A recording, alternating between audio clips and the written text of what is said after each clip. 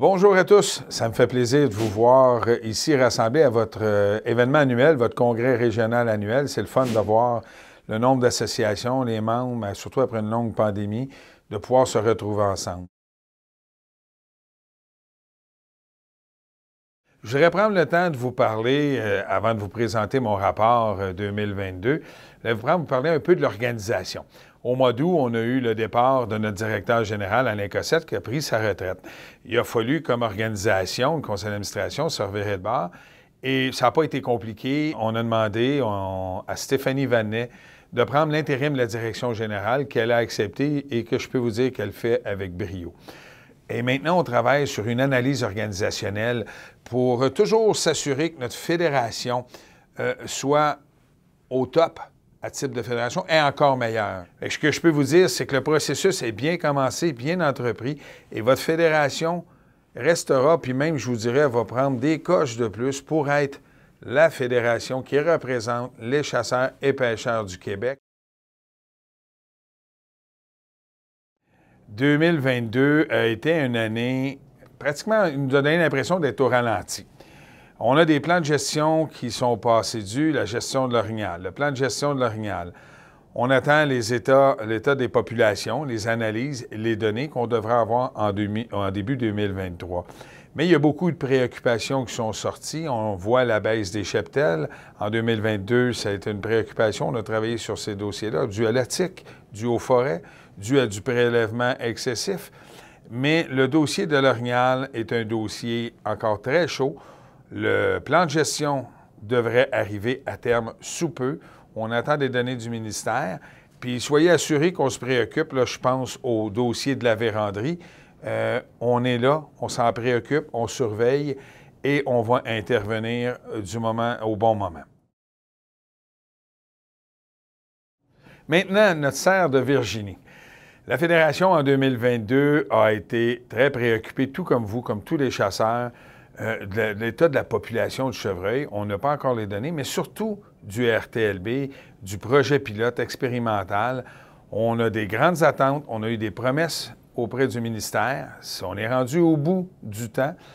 On attend les données qu'on devrait recevoir en 2023, mais pas qu'on devrait, même on va recevoir parce que la Fédération va mettre ses pressions.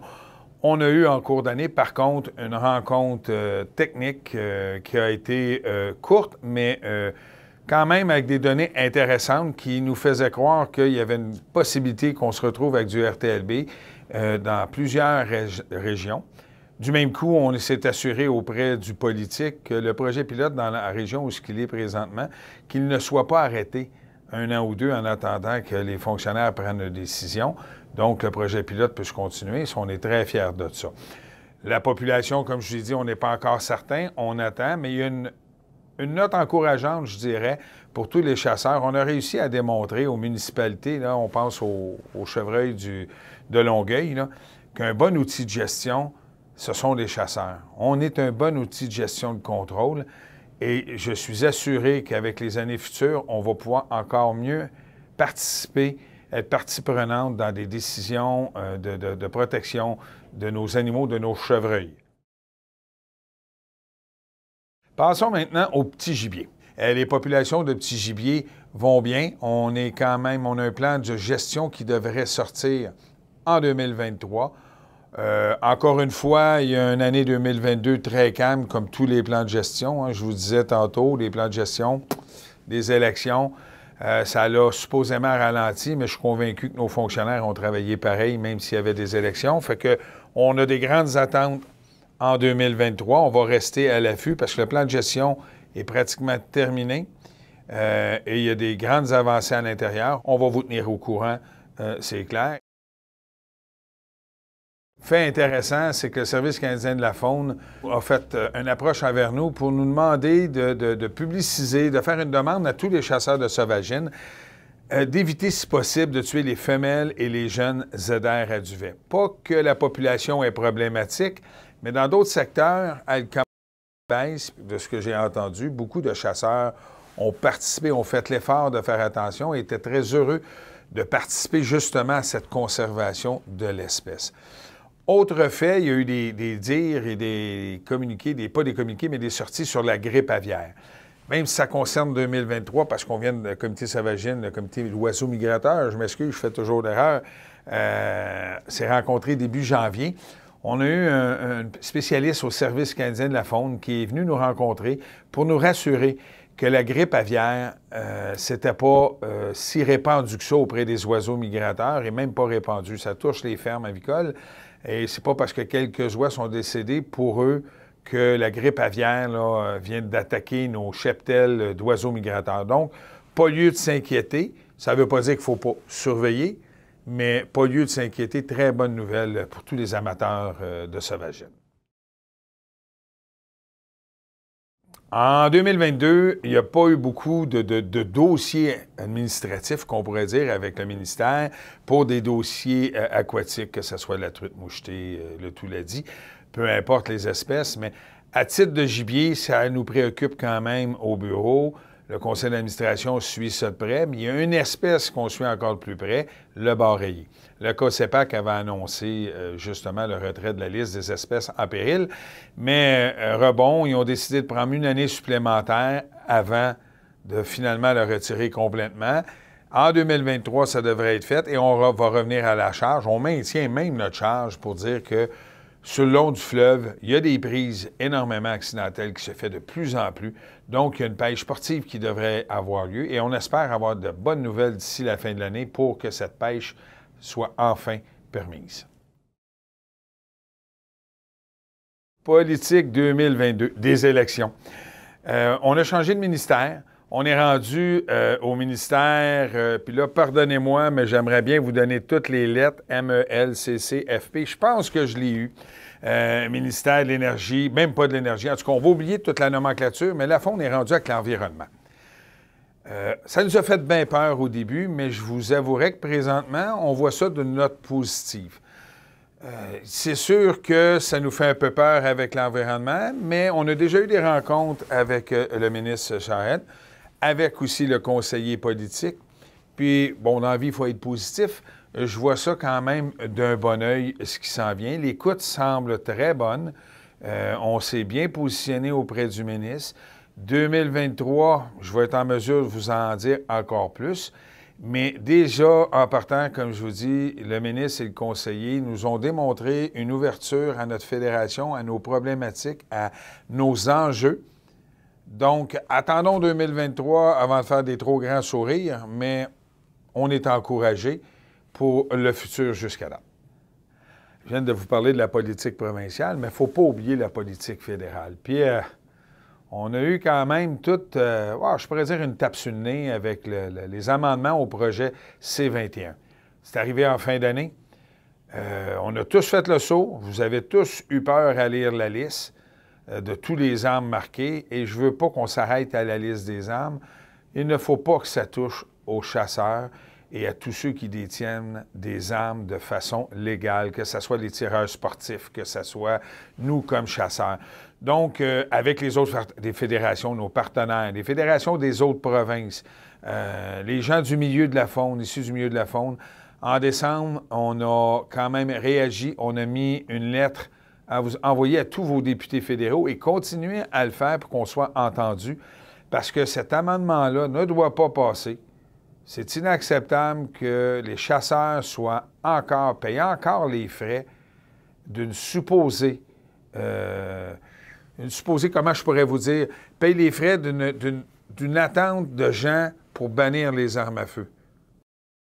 Pas des criminels, on a obtenu nos armes de façon légale, vous avez vos armes de façon légale, et soyez assurés que la Fédération est dans ce dossier-là, on suit, puis il va y avoir des changements, on le souhaite grandement. J'ai pris le temps de vous parler de tous nos dossiers phoniques, mais pour la réalisation de pas de nos interrogations, mais plutôt de notre travail à faire, il y a des groupes de travail qui se forment, qu'on assiste, qu'on est présent, que ce soit avec nos partenaires phoniques, que ce soit à la table faune nationale et même régionale. Nos régions participent à toutes les tables faune régionales. Les comités de travail scientifiques, je pense à la tique de l'Orignal, on va y participer d'une façon quelconque, qu'elle soit monétaire ou de jus de bras. Je vous ai parlé du comité d'oiseaux migrateurs.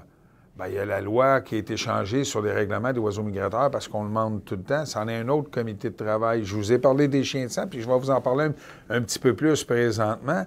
Le comité de travail des chiens de sang qui se réunit, bien, il y a eu le projet pilote qui a été fait avec les trappeurs dans des aigles, dans des territoires structurés, pour qu'il y ait une déclaration demandée aux trappeurs qui avisent si leurs pièges sont en action, pour permettre à ceux qui ont des chiens de pointeurs, exemple, pour le petit gibier, puissent s'assurer que leur chien soit en santé, ne soit pas pris dans un piège.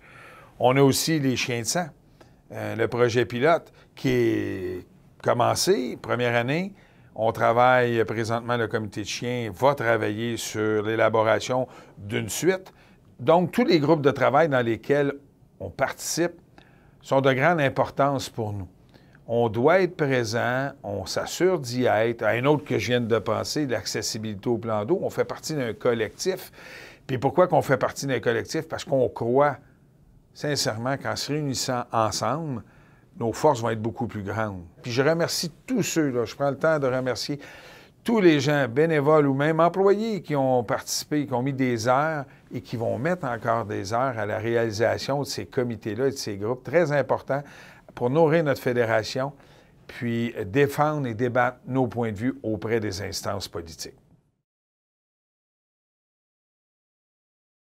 Continuons maintenant avec tout le travail autre que les dossiers phoniques que votre fédération fait.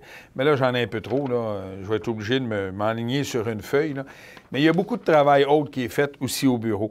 Au niveau de la relève, de l'accessibilité, de l'éducation, moi, je pense pas, je le lis à part de ça. Lancement du programme des Dragons de la relève. On a connu une première édition, il va en avoir une deuxième. Lancement de la formation Pêche en ligne avec Cyril.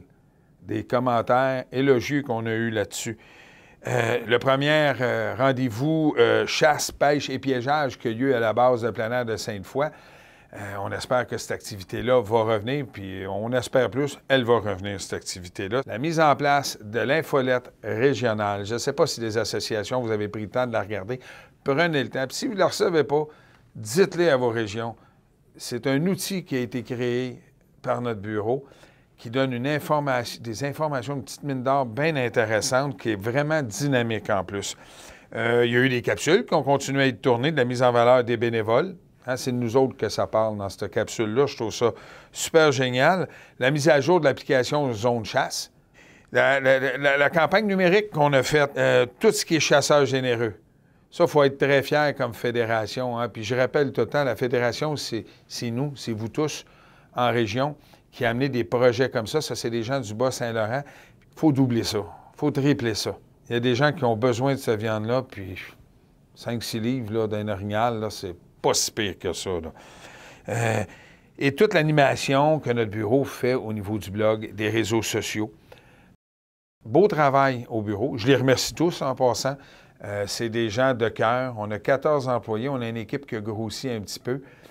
J'espère que vous aurez la chance de les rencontrer. Moi, je suis si souvent au bureau que j'ai la chance de voir l'équipe de travail qu'il y a ici, le cœur qu'ils mettent à l'ouvrage pour la réalisation de tous ces projets-là qu'on amène au conseil d'administration, qui sont amenés grâce à vous. Vous soumettez des idées, on amène ça, puis c'est pas long, là, ça passe de l'autre côté, puis ça nous amène des projets bien bâtis. Fait que je tiens à remercier, là, personnellement, tous nos employés. Vous aussi, les bénévoles, je tiens à vous remercier du travail accompli. Je vais prendre aussi le temps, parce que j'ai besoin aussi de ma liste, malgré que je les connais toutes par cœur, mais on a beaucoup de partenaires stratégiques qui nous aident dans notre rayonnement, dans notre visibilité. Moi, je pense à Sentier Chasse et Pêche. Vous l'avez avec votre carte de membre. Sentier Chasse et Pêche. Aventure Chasse et Pêche, l'équipe de Martin Bourget. On a des projets avec lui, autant son émission web que son émission télévision, plus la revue. Un bel ajout qu'on a eu de ces deux revues-là dans notre carte de membre individuelle. 100% chasse. On la retrouve sur le web. Si vous ne l'avez pas encore cliqué pour être membre de 100% chasse, je vous l'invite à faire. C'est encore de l'information intéressante pour tous les utilisateurs de la faune, que ce soit des chasseurs et des pêcheurs. Simplement plein air. Aventure Express TV. les commerçants Sale, Pro Nature, La Tulipe, des partenaires quand même très importants pour nous, la CEPAC. D'ailleurs, le président directeur général, à notre souper bénéfice de notre fondation, était le président d'honneur. Et merci beaucoup de votre implication. Et Atypique des Bois. Si j'en oublie, je m'en excuse, mais ce sont nos partenaires majeurs. En terminant, n'oubliez pas d'aller voir notre site Internet, le rapport plus détaillé, complet, où vous pourrez chercher l'information sur notre site Internet, mais après le congrès. Donc, on se revoit au congrès provincial. Merci.